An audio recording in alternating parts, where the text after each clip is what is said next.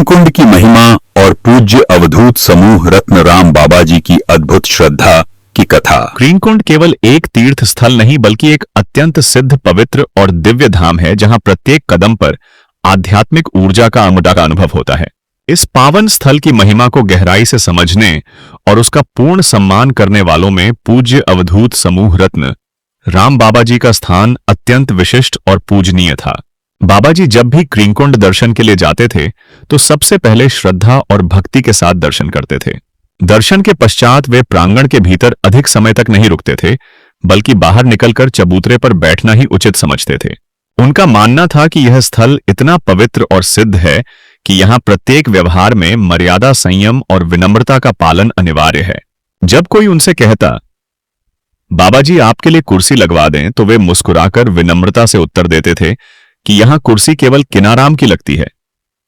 हम यहां कुर्सी पर नहीं बैठ सकते क्योंकि यह सिद्ध स्थल है और किनाराम हमारे महाराज हैं और गुरु के भी गुरु हैं। इसी कारण बाबा जी कभी भी क्रीमकुंड के प्रांगण में कुर्सी पर नहीं बैठे। वे या तो जमीन पर दरी या चादर बिछाकर बैठ जाते थे या फिर बाहर चबूतरे की सीढ़ियों पर सहज भाव से विराजमान होते थे। वे कभी भी पीठाधीश्वर की कुर्सी के स्थान पर नहीं बैठे। उनका दृढ़ विश्वास था कि अघोराचार्य बाबा किनाराम की गद्दी सर्वोच्च है।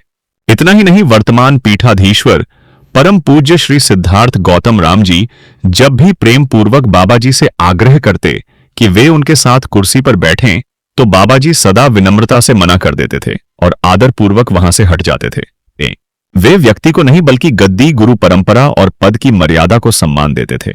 कुछ लोग इसे बड़े छोटे का भेद समझ लेते थे, किंतु वास्तविकता यह थी कि बाबा जी व्यक्ति नहीं बल्कि उस दिव्य गद्दी की मर्यादा और गरिमा को सर्वोपरि मानते थे। उनका मानना था कि जब गद्दी का महाराज सामने विराजमान हो तो उसके समान आसन पर बैठना उचित नहीं है। यह विनम्रता किसी कमजोरी का प्रतीक नहीं थी। वास्तव में बाबा जी में अद्भुत और दिव्य शक्तियां थीं। कई बार स्वयं पीठाधीश्वर जी भी उनसे मार्गदर्शन, सलाह और आध्यात्मिक सहयोग लेते थे।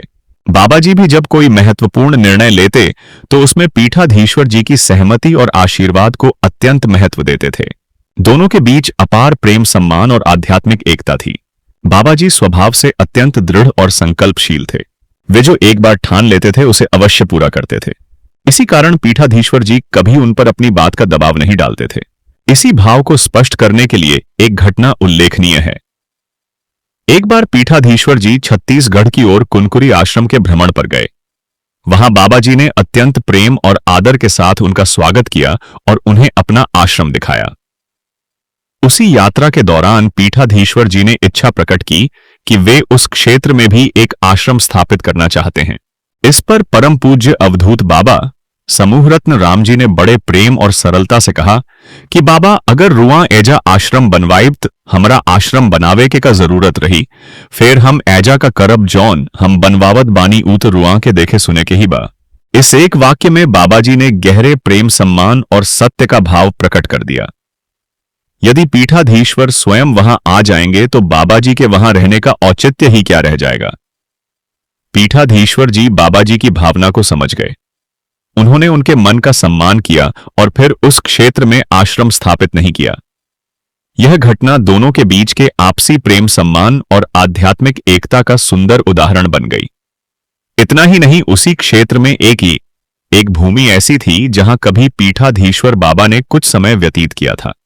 उस भूमि के महत्व को समझते हुए परम पूज्य अवधूत बाबा समूह रत्न राम जी ने उस जमीन को भी खरीद लिया।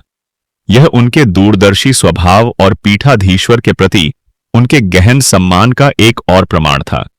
आज भले ही परम पूज्य अवधूत बाबा समूह रत्न राम जी शरीर त्याग चुके हों, पर उनकी इच्छा, व्यवस्था और आध्यात्मिक दृष्टि आज भी जीवित है।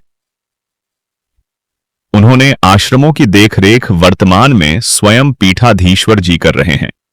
ऐसा प्रतीत होता है कि यह सब कुछ पहले से ही बाबा जी की दिव्य योजना और इच्छा का ही अंग था। यह समूची कथा सिद्ध करती है कि बाबा जी केवल एक सिद्ध महात्मा ही नहीं थे, बल्कि वे दूरदर्शी, प्रेमपूर्ण, दृढ़ संकल्पी, विनम्र और गुरु परंपरा के महान साधक भी थे। उनका जीवन आज भी गुरु भक्ति, श्रद्धा, मर्यादा, त्याग और क्रीमकुंड की दिव्य महिमा का एक अनुपम और प्रेरणादायक उदाहरण है।